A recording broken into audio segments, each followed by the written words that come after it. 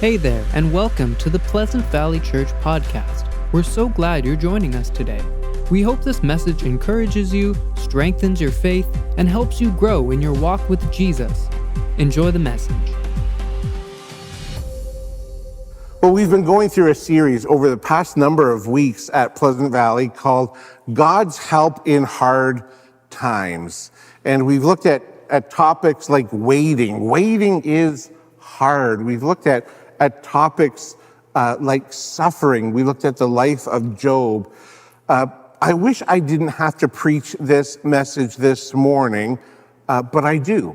And hopefully you'll take good notes to help both yourself and to help others when those times come. We're going to be talking this morning about grief. And grief is more than just a loved one passing away, but that's going to be our primary focus for this morning. As we talk about grief, it's more. It could be the death of a dream, but specifically, we're going to be talking about the death, the passing of a loved one. So let's begin with a simple definition of what grief is. Grief is the pain we feel over loss. Grief is the pain we feel. It hurts us inside, even though on the outside everything might look okay. Grief is the pain we feel over loss. The reality is we're all going to face grief at some point in our lives. But I want to introduce something that I touched briefly on a few weeks ago. It's this idea of lament. In fact, there's a book of the Bible called Lamentations. A lament is the honest expression of our sorrows to God. It's more than grief, where grief can be self-contained or maybe to a few loved ones. When we lament, it's focusing our pain. It's an honest expression of our sorrows to God. And there we can read prayer journals of people, especially through the book of Psalms, as they are lamenting. We're going to be looking at one lament this morning from the life of David, Psalm 13. But a few more additional individual lament psalms could be Psalm 3, Psalm 22. We'll talk a little bit about Psalm 22. But then there's also the community lament. And that's what's taking place in a number of churches in Texas after the flooding. The church is coming together and corporately lamenting. Community lament psalms are 12, 44, 74, and there's other ones as well. But since you have your Bibles with you this morning, can I invite you to open them up or turn them on to Psalm 13. We'll look at Psalm 13. This is a psalm of David. And we'll read through it first, and then we'll take a loop back, and we'll see how David is modeling lament for us. David writes, verse 1, "How long, Lord, will you forget me forever? How long will you hide your face from me? How long must I wrestle with my thoughts and day after day have sorrow in my heart? How long will my enemy triumph over me? Look on me and answer, Lord, my God. Give light to my eyes, or I will sleep in death, and my enemy will say, I have overcome him, and my foes will rejoice when I fall. But I trust in your unfailing love. My heart rejoices in your salvation. I will sing the Lord's praise, for he has been good to me." We don't know the exact context of how and when David wrote this lament, this psalm, but we see that David is broken inside. Verse 2, sorrow in his heart. David is expressing grief. More than that, he's showing us the principle, the idea, the practice of lament. So what does that look like as we talk about lament? Really, there's four different components of a lament. Number one, it's all about turning to God. where David just isn't, mumbling to himself or to his neighbors. He's turning to God. Verse 1, how long, Lord?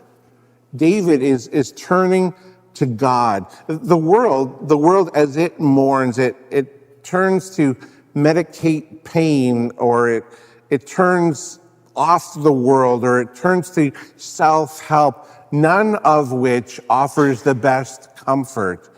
David here turns to God. Second part of lament is David pours out his pain. Look at verse 2. I wrestle with my thoughts, and day after day I have sorrow in my heart.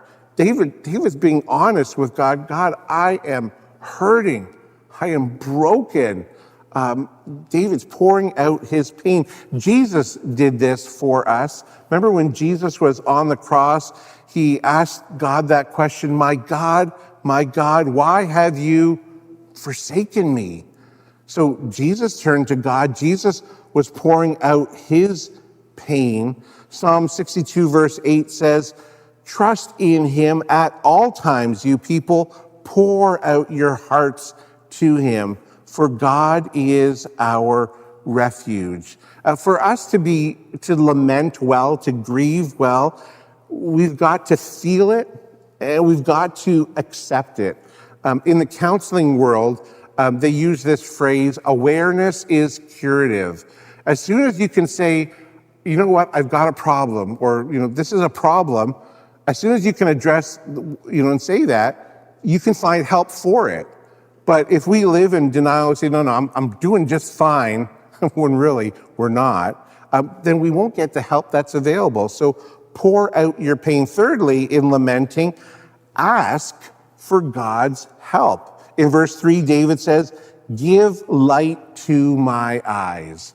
I sometimes phrase it in my dark and broken times, God, help me know that you are here with me. Maybe it's a sign of your goodness, and ultimately, the ultimate sign of God's goodness is the cross. But just, God, would you help me know that you're here? Give light to my eyes. Ask for God's help. Ask him for what you need. And then fourthly, the fourth component of lamenting is continuing to trust. Verse 5, David says, I'm in this chapter of sorrow, but I trust in your unfailing love. I mentioned that book of Lamentations. Here's what Lamentations 3:21 through 23 says. It might be familiar for some of us. It says, yet this I call to mind, and therefore I have hope. Because of the Lord's great love, we are not consumed, for his compassions never fail. They are new every morning. Great is your faithfulness. That would make a great hymn, wouldn't it? Turn to God, pour out your pain, ask for his help, and continue to trust. David modeled that. That's a great practice for us individually and as a church. Well, I want to share with us this morning 8 helps in processing the pain of grief. We're all going to be in a time of grief I don't know when, you don't know when, but it's going to come. So take good notes, number 1, so that it can help you, but number 2, so that you can help others. We don't want to talk about this, but we have to talk about this. Here's the first hard reality. Number 1, death or loss is certain. Thanks, Pastor Terry. That's a real cheery thought. Yeah, death is certain. It's unavoidable. It will happen. Expect it, prepare for it, and make sure that when it comes your time to die, that all you have to do is die. So live with short accounts, love, forgive. And for the Christian, if you've trusted Jesus to be your forgiver and leader, for the Christian, death is an upgrade. Paul, who wrote so much of the New Testament, said, for me to live is Christ, but to die is gain. If I'm alive, I'm going to live for Christ. But if I die, it's an upgrade. I'm gaining something. Death is certain. It's going to happen to you one day, and it's going to happen to everyone around you. Death is certain. Here's a second thought for us this morning. When death comes, you and I have a choice in grief. When it comes, and it will, you and I have a choice in grief. We can either mourn well, let's call that healthy grieving. We can mourn well, or we cannot mourn well. Let's unpackage what healthy grief looks like. When we're grieving in a healthy way, and this is the way harder part. It's easier in some ways to not grieve well, but to grieve well means that we're going to go through that pain of grief. We're not going to go around it. We're not going to medicate our pain in unhealthy ways. We're going to say, yeah, I'm hurting and I need help, and I'm going to take one step at a time. When death comes, you have a choice. You can mourn well, or you can mourn in a not healthy way. Admitting or accepting that loss is the first healthy step. It's not bargaining with God. God, if you bring them back from the dead, I'll, whatever. It's just accepting. This is the reality. The person I loved has died, and they're not coming back. Let me say it a different way. In order to say goodbye, you have to first say hello. You have to first say, no, I am hurting. I did love this person, and now they're not there, and I'm broken, and I'm hurting. I'm saying goodbye first. I'm saying hello first. Hello, I have that relationship, and then I can say goodbye. I admit, I accept that reality of death. Jesus did this. He modeled this so well for us. Jesus had a friend by the name of Lazarus. And Lazarus had died. And Jesus knew what he was going to be doing. He knew he was going to bring Lazarus back from the dead. But let's just recap what Jesus was going through and his emotions and his choice in grief. It comes from John 11, verse 33 through 36. When Jesus saw her weeping, and the Jews who had come along with her also weeping, he was deeply moved in spirit and troubled. Where have you laid him? He asked. Come and see, Lord, they replied. The shortest verse in the Bible, 2 words, Jesus wept. Then the Jews said, see how he loved him. Jesus knew that he was going to be bringing Lazarus back from the dead, and yet he was honest and real with his grief and emotion, and he expressed that through tears. Jesus wept. And sometimes tears say what words can't. Jesus wept. He showed the pain of grief, the pain of losing his friend. Jesus also said in Matthew chapter 5, verse 4, blessed are those who mourn, for they will be comforted. So Jesus understands, he gets what grief is all about. Healthy grief comes from going through the grief, not avoiding it, not medicating it in unhealthy ways, but from going through that grief, from admitting, yeah, I'm hurting, I'm broken. Here's the unhealthy way that some process grief. In an unhealthy way, we bottle it. Put a cork on. I'm not talking about this anymore. I'm not even going to use that person's name anymore. They're behind me, but I'm not going to let them impact me anymore. We bottle it, or we deny it, or we become numb to it, or we do everything we can to move on. I mean, society has even said this phrase that just drives me a little bit bananas. Sorry for your loss. No, it's not my loss. It's my mom, it's my dad, it's my sister, it's my friend. It's not my loss. It's real, it's personal for me. In an unhealthy way, we we try to move on. Nothing happened. I'm going to keep life going. I deny it. I become numb to it.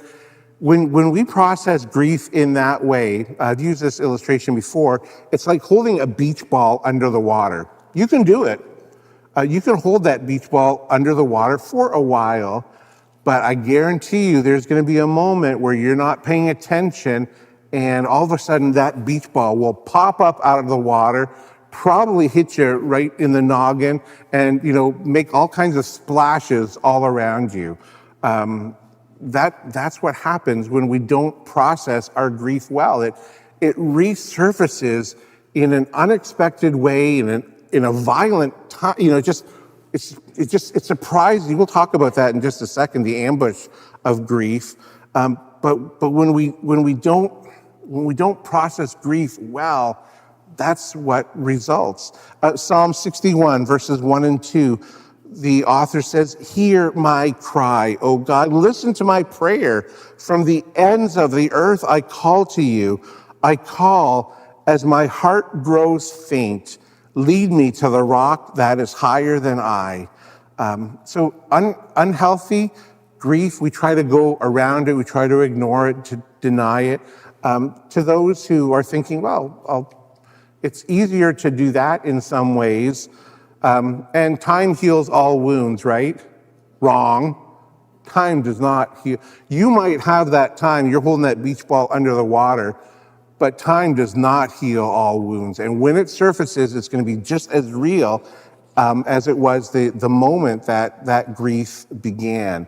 So there's a choice in grief. There's unhealthy and healthy grief. Here's the third thought for us. No one grieves perfectly. No one. No one grieves perfectly. Grief is, at the same time, it's universal and it's unique. You're going to grieve different than I will grieve. And we should be expecting waves of grief to hit us, sometimes in unexpected times, unexpected ways. It could be a song that hits us, and then we start, weeping. That grief surfaces. It could be a smell. It could be a memory. No one grieves perfectly. Here's a phrase that might be helpful for us. If I don't let it out, your grief, if I don't let it out, I will act it out. If you don't let your grief out in one way or another, if you don't let it out, you will end up acting it out. Isaiah 55 verse 2 says, "Why spend money on what is not bread and your labor on what does not satisfy? Listen to me and eat what is good, and you will delight in the richest of fare." So here's the deal. If I numb my pain, if I medicate my pain with alcohol or weed or work or relationships or food, the pain will still be there after that case is empty, after that bag of weed is smoked, after that tub of ice cream is done, and now you're developing another problem that impairs you from dealing with the first one. That's what happens when we medicate our pain in unhelpful ways. If I don't let it out, I will act it out. And again, grief is unique. We all mourn in different ways, in different intensities, and for different lengths. Grief is unique. So, not everyone is going to be grieving the same way that you will be grieving. Because of that, here's a phrase that I want you to never forget, especially as you're comforting someone else in grief. Comparing never comforts.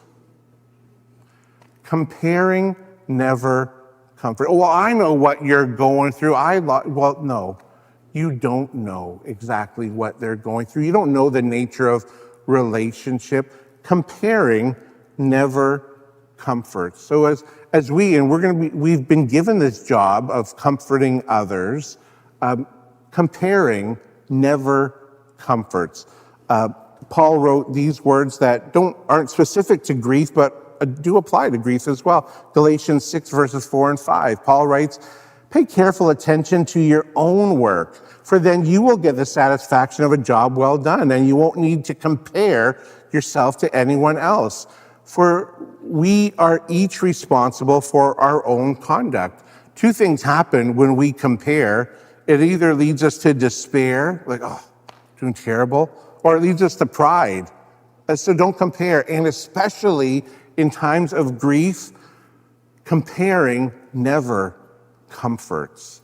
Grief is not our identity. Sometimes I hear it and kind of cringe a little bit. Well, I can't serve, I can't care for anyone because I'm grieving. And let me just say, yes, the early stages of grief will seem overwhelming, but you will get through them. Grief is not an identity. We are broken people going through a broken world, but Jesus is our identity, not our grief. But comparing never comforts. Is that clear? Okay. Number 4, God knows and cares about our pain. God knows. He knows and cares about our pain. He knows what it's like to lose someone that we love. God knows and cares about our pain. And if it's on our mind, it's on his heart. He cares. 2 Corinthians 1 verse 3, praise to the God and Father of our Lord Jesus Christ, the Father of compassion and the God of all comfort. Psalm 34:18, the Lord is close to the brokenhearted and saves those who are crushed in spirit. God is grieving with us. Psalm 16 verses 8 and 9, I know the Lord is always with me. I will not be shaken, for he is right beside me. No wonder my heart is glad and I rejoice. My body rests in safety. God knows and cares about your pain. And sometimes he's just waiting. Child, would you just talk with me? Would you just be honest and say that you're hurting and broken and grieving too, and ask for my help, and I'll come running. I'll be like that Kool-Aid man, break through the walls. I will come and give you the comfort that you want and that you need. God knows and cares about your pain. Here's the 5th help in processing the pain of grief. Grief takes time. Grief takes time. You get through it, but you never get over it. You get through it, but you never get over it. For those who are grieving, I remind them it's going to be a year of firsts. It's going to be, the first birthday, the first Easter, the first Christmas, the first Thanksgiving, and they're all so hard. You never get over it, but you do get through it. Grief takes time. That's why we just go one day at a time. And there's, in the counseling world, they call it emotional hijacks. We talked about this a little bit, where a song or a smell or something triggers something, a memory in our mind, and we just like, what is this warm, wet, salty discharge coming from my eyes? And it's like, I'm remembering, I'm grieving that person. Ecclesiastes chapter 3, verses 1, 2, and 4 says, there's a time for everything and a season for every activity under heaven, a time to be born and a time to die, a time to plant and a time to uproot, a time to weep and a time to laugh, a time to mourn and a time to dance. Grief takes time. Well, Pastor Terry, how much time? I don't know. As long as it takes. Weep as long as the tears are there. They won't be there forever, but you'll never get over it, but you will get through it. Here's the 6th help in times of grief. Grief needs community. Grief needs community. Relational pain is healed through other relationships. Remember I said earlier, if you don't talk it out, you'll take it out. We need to talk to one another. We need that community. And there is a great group. We don't have a group meeting here at Pleasant Valley Church, but I think there's 3 in the city that will be restarting for the fall called Grief Share. It's a group of people that are broken because of grief. And they're coming together and they're sharing that grief, and they're finding great help and healing and hope and comfort from that. Now, no group is going to be perfect. Some groups are big, and so every person has a little bit less time to share. But grief needs community. Galatians 6:2 says, share each other's burdens, and in this way, you obey the law of Christ. I like the way the NIV says it. It doesn't say share your burdens. It says carry your burdens. You know, there's someone that can come alongside and say, hey, you've got a heavy load. I'm going to pray for you. I'm going to do everything I can to help you carry that load. Philippians 2 verse 4 says, not looking to your own interests, but each of you to the interests of others. Romans 12:15, rejoice with those who rejoice and mourn with those who mourn. And then 1 Peter 4:9 says, offer hospitality. See that word hospitality? We get the word hospital. Offer hospitality. Be a hospital to one another without grumbling. Oh, the parking. I got to drive all the way over there to comfort them. No. Offer hospitality. Be a hospital to others without grumbling. Grief needs community. Here's number 7. Help in the processing of the pain of grief. It's our part, and I've kind of divided this into 2 parts. Our part 1, is turn to God. Turn to God. Part of that is the lamenting. The more you know God, the more you'll love, trust, and obey him. The more you'll find him to be that anchor in your life. He loves us. He comforts us. Our part, turn to God. Or you can grieve your way, keep that beach ball under the water. That's a choice that we have. But I think a far better way is to turn to God in grief and lament. Psalm 9 verses 9 and 10 says, the Lord is a refuge for the oppressed, a stronghold in times of trouble. Those who know your name trust in you. For you, Lord, have never forsaken those who seek you. So turn to God. And if you've never trusted God to be your forgiver and leader, man, that's the best starting place. Remember I said earlier that for the Christian, death is an upgrade. For me to live is Christ, to die is gain. That begins when we receive Jesus as our forgiver and as our leader. Turn to God. But then there's a second part of our part. And it might seem kind of like strange and weird, but it'll make sense in just a second. Love and serve others. So turn to God in your grief, but don't stop there. Show that love for God by loving and serving others. We talked about this around Easter time, where Jesus did this so well from the cross. This past week, I talked with a grief specialist. I said, what's one big thing that you would encourage people who are grieving to do? And she said instantly, start serving. Start serving. Start getting your eyes off of yourself and onto others. The Bible tells us that as we refresh others, that we ourselves are refreshed. And we don't have an option here as followers of Jesus. I must meet others' pain even when I'm in pain. I must meet others' needs even when my needs aren't met. And the world would say, no, just take care of yourself, focus in on you. Jesus says, no, that's not my way. Jesus says, don't look out for you. Get the focus in on others. And didn't Jesus do exactly that from the cross?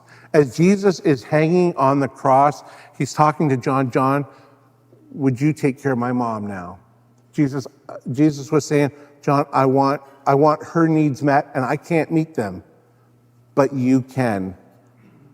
love and serve others. Now, if you look for excuses for not helping, you'll always find them. Well, I'll help when this happens. Well, I'll help if, I'll serve someone if this is happening.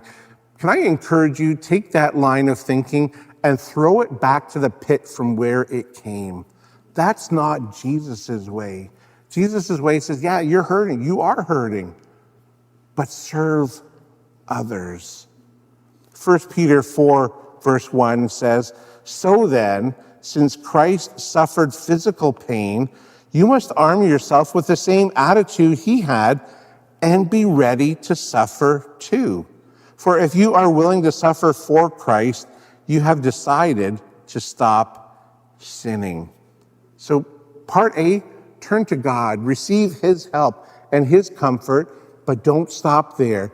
God comforts us so that we can comfort others. How is it with your soul this morning? Have you ever lamented before? Have you ever taken the time to turn to God and say, God, it's you first and foremost. It's not anyone around me. I'm not God, it's you I'm looking to. And pour out your pain to him and ask for his help and continue to trust. Have you ever done that? Would you like an opportunity to do that even here this morning? You can. We all can. On the screen behind me, in front of you, you'll see what it is to lament. And so right from where you're sitting this morning, let's take the next moment or two. I'll invite our worship team to come up, and Ben, if you can begin playing our last song. But begin by these simple words, God, I'm mourning because, and you list why you are mourning. Maybe it's someone, maybe from decades ago that passed away. I'm mourning because, and I ask for your help, and then finish it with, I trust you. Let's take a few moments just quietly and together to lament. Will you join with me? Let's take the next few moments in quietness.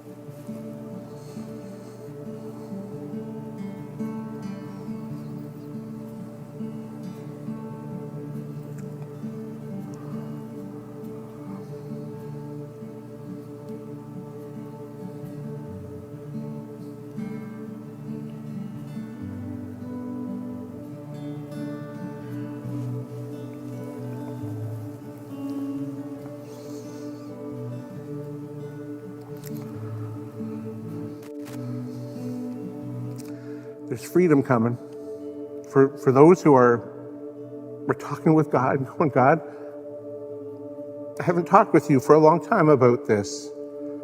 But God, I'm hurting because of this person, because of this situation, and I'm asking for your help. And I trust you. That honesty with God is freedom giving. It's allowing God to say, thank you, child. Thanks for being honest, and thanks for asking for my help. And that help is on its way. And so if I or we as a church can be of comfort to you, maybe you're broken and hurting this morning and just needing to know that God is with you. Oh man, we're in this together.